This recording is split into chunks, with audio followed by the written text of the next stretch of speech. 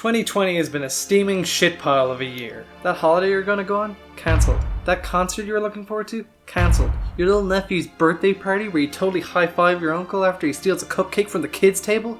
Cancelled. Not the party, I mean. Your uncle. He's cancelled. I saw his tweets. Not cool.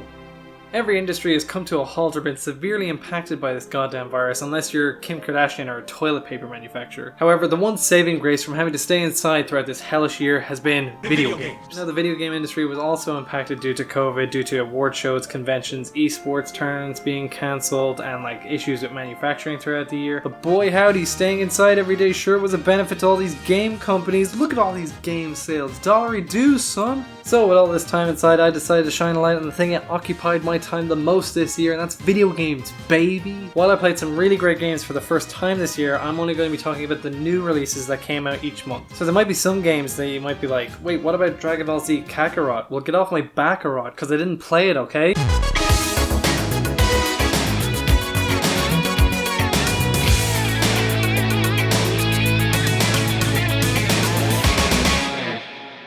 Okay, let's start. And we're going to start kind of with a bit of a curveball here. January. It's a dead month. I didn't play anything new. We're moving on. Finally, after a 7-year long wait, it's here. The Last of Us Part 2. Oh, no. It's delayed. Sorry, guys. No.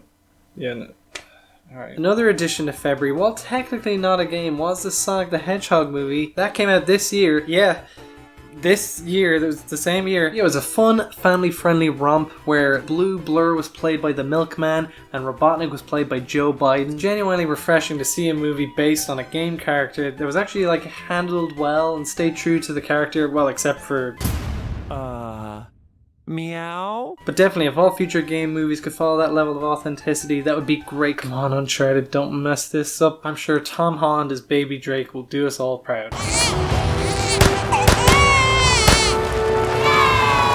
Sick Parvis Magna, Goo Goo Gaga. I know we're 2 months of the year now and I haven't played any new releases, but that's for 2 reasons. One, it was the before times, and you could actually go outside. And secondly, I was gearing up for a trip to America for my job as a producer for the Tri Channel. We went to Florida, we filmed some videos, we just had a grand old time. It was honestly one of the best times of my life, and I still can't believe that it happened this year, because honestly I've been inside so long that it feels like it was a decade ago.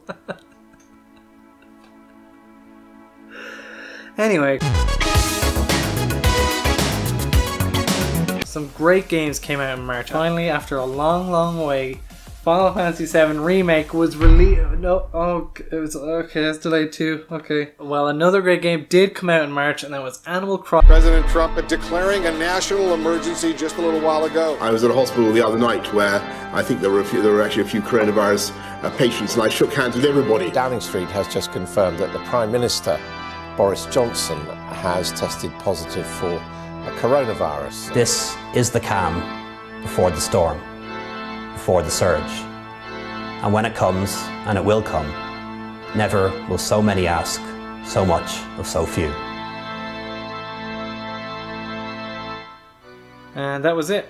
COVID-19 came, lockdown and stay-at-home orders began, panic buying was rampant, and life was now contained into the 4 walls of your home. Everyone began Tiger Kinging and sourdoughing, and many found comfort in the escapism of video games. So what better time to wish that you weren't on this planet anymore when Animal Crossing New Horizons finally released. Brought delight to many people's lives when they were able to yeet themselves off this planet and make a water landing on their new island home. You were able to do everything. You can catch bugs, go fish, get attacked by wasps, and later on buy fake art from a dodgy art collector who lived on a dingy fishing trawler. Just living an island life, you know? And on the exact same day, if you didn't want that newfound island escapism, you could live out your current hellscape by playing Doom Eternal, a brutal game where you battle onslaught after onslaught of demons. And I mean actual demons, and not just the ones in your head. Christ, Colin, you're an idiot. You're a stupid idiot. I can't believe you thought that was funny. Such a worthless piece of shit. In April, Final Fantasy VII Remake was released, much to the delight of every 90s kid. It was a great game that took everything Final Fantasy VII had to offer, then kinda took this much and then stretched it out so it was this long, which I actually didn't mind. I enjoyed the extra background and context that it does kind of touch upon the original, but I feel like it's better fleshed out in the remake. But yeah, it has a lot of great moments, brilliant graphics, and tight real-time combat that genuinely gave me some tricky battles in some of the later sections of the game. It's great to see the upscale in a remake when Cloud doesn't look like a Lego person and instead actually looks like a person. And Final Fantasy VII Remake, you know, it made me feel like I was a 90s kid again, except I'm not. I'm an adult in 2020. Alright, this is the big one. Probably the biggest game of the year. It was delayed, but here it is. Cyberpunk 2077. No. Okay. What's next? Halo Infinite isn't coming out this year? I mean, come on.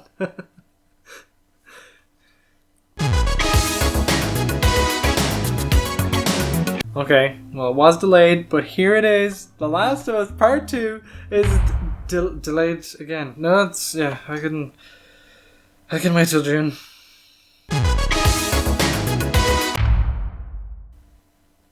Is it June yet? Okay, now the wait is over because The Last of Us Part 2 is here, and I gotta say, I really liked it. Boo!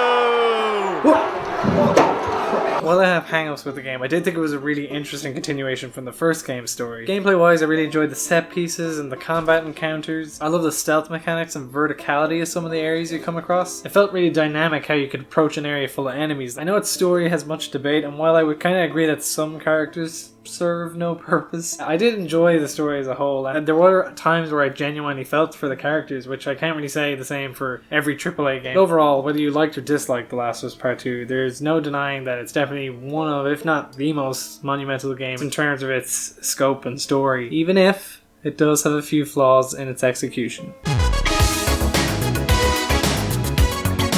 Onto another PlayStation title, Ghost of Tsushima came out, and it really scratched that Sekiro itch I've had for a while. Actually, I should probably get that checked out. That's not good. Like, set in 13th century Japan, you play as Jin Sakai as he tries to protect Tsushima Island during the first Mongol invasion of Japan. It has some great combat controls and different abilities that you unlock throughout the game. It almost makes the combat kind of feel like a rhythm game, similar-ish to Sekiro. Like when you come across an area full of enemies and you take them all out with perfect parries and dodges, like it feels awesome. Like you feel like you're a samurai. And it... Jesus Christ.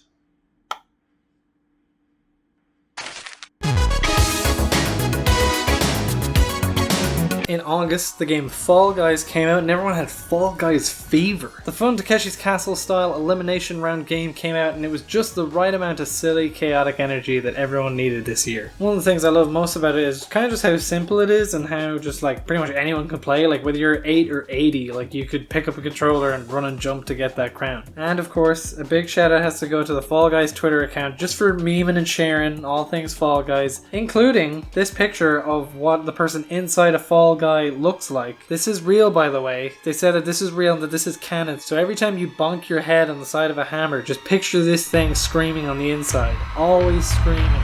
Never not screaming. Screaming until the end of time and existence itself. Fall Guys is endless fun, and if you haven't given it a go already, you definitely should.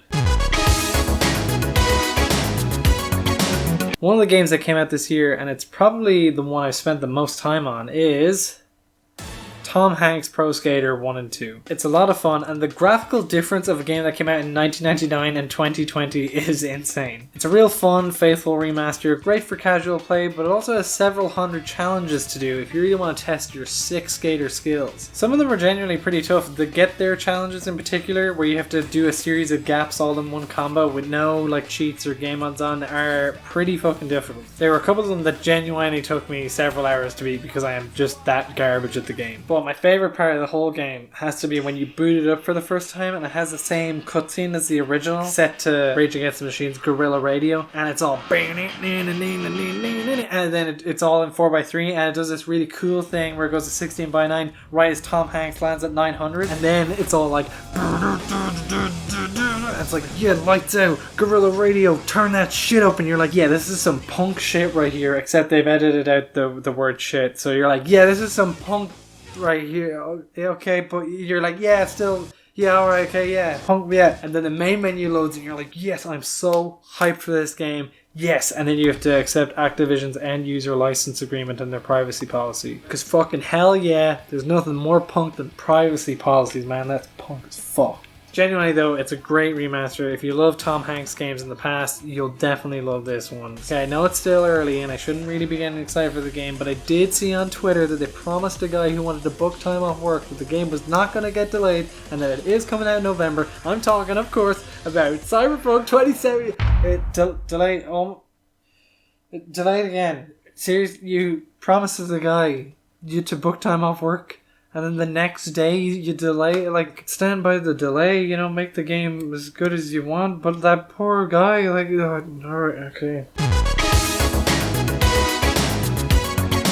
One of, if not the biggest game for me this year was Crash Bandicoot 4, It's About Time. I'm a big Crash fan. The second game I ever played was Crash 1 on the PS1, and I was a Crash fan through and through. So I was delighted when they announced a game that was back to basics, retro platform. Of course, a Crash game in 2020 is all about collecting masks. Each mask has different abilities. There's one that alters the level, there's one that slows down time, there's one that has endless spins, and there's one that does that gravity thing from Metal Storm. All these levels of masks definitely add something new to the gameplay while still giving you that old school Crash platforming that we know and love. But Jesus Christ, Toys for Bob, did you have to make the later half of the game so difficult? Like, this game is a fucking completionist's nightmare. And I know there's gonna be some people who comment on this video that'll be like, oh, just get good. But there's only so much good one could get before it gets tiring, right? I can't be getting good all day. I got other things to do. I feel like I could probably do a whole video on my gripes with the new Crash just because I'm so passionate about Crash. Yes, crashing it. I know. I didn't say it on purpose. But I will say that despite my issues with the game, it is probably one of the games that I've had the most fun with this year. So here we are in November. After many long years, we're finally getting some new consoles. I'm of course talking about the PlayStation 5 and the Xbox Series X. The dawn of a new console age has come upon us, as well as the many games it has graced us with. I did get an Xbox Series S, which is great because it means I get to play Halo Infinite. Delayed till next year. Okay. I will say though that I didn't play any new games on it, so that essentially just makes it a glorified Game Pass machine. Boom, you got X burned. Though I will admit that the backwards compatibility on the Xbox far exceeds that of the PlayStation, so you know, maybe take note of that, Sony. You know, Jesus Christ, put some fucking old games on the goddamn system. I did, however, get a PlayStation 5 and got to try out some of the brand new games that this next gen has to offer. Starting with Astro's Playroom, a game that came free with the PlayStation 5. Now, when I booted this up, I thought it was just going to be a dinky little controller demo. Just a stinky, dinky, poo-poo, dum-dum demo game. And it was, for the first 2 minutes. But then the game starts, and it's a game. Like, it's a legit game. Like, it's a little platformer game, and you run around and you collect PlayStation paraphernalia, and all the levels are designed with, like, PS1 controller cable tight ropes and little trigger button platforms, and it's chock full of PlayStation game references too. You got your Heavy Rain, you got your Final Fantasy, your Devil May Cry, you got your Crash Bandicoot in there. It's like loads of them. If you weren't sold on PlayStation before, this would just indoctrinate you into the world of PlayStation. It's a great celebration of PlayStation old and new, full of nostalgia for everyone. But the best part of the game has to be when you run into the area where all your collectibles are, and there's little trophies on a table, and I picked up the trophy, but then you get an actual trophy for doing it. That was some chef's kiss shit right there. That was just fucking great. The next PS5 game I played was Spider-Man Miles Morales. I thought the game was great. I thought it was a fantastic follow-up to the PS4 Spider-Man. It's such a brilliant story, and the new gameplay mechanics make the combat really fun to play, though I will say that the game is incredibly short compared to the PS4 Spider-Man. Like, if you're just doing story missions alone, you probably beat it in about 4 or 5 hours. If you try to get all the collectibles and trophies and stuff, it might take you maybe 10 to 12 hours, which I do think is a downside. Miles is a fantastic character, and the story is great. I would have just liked to see it fleshed out a bit more. There's no way I could talk about 2020 in gaming without talking about undisputed banger right there. Sound of the summer. Another great game for the PS5 is Demon's Souls, a remaster of the cult hit PS3 game. This game was super difficult in 2009, and it's just as super difficult in 2020. They managed to get that part down exactly right. At the time of recording, I only played about an hour or so. I got to the first boss and beat it on my first try, and with that, I turned the game off and I chose to resign as reigning Demon's Souls champion. Thank you, thank you, thank you, really appreciate it. Oh, wow, thank you so much. Well, it's such an honor. Really feeling the love, guys. Really, thank you. Thank you. It's not coming out. I refuse to believe that this game is coming out this year. Wait, what? Really? Ladies and gentlemen, Cyberpunk 2077 was released.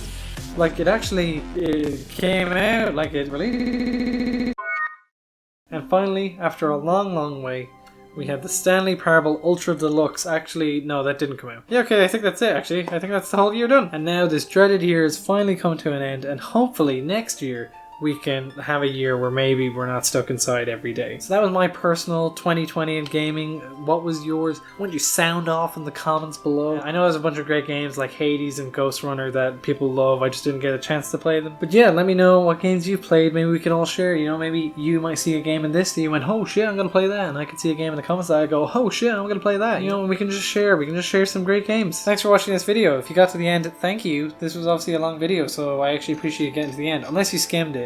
Because you skimmed it, because I know you skimmed it. No thanks to you. But thank you, you for watching the whole thing. I really appreciate it. That was very nice of you. I hope whatever you're doing this December, I hope you're having a nice, safe and fun holiday season. And who knows, maybe I'll make a video next year. I don't know. I might just make videos about whatever, whenever. But I've made this video. And that's something.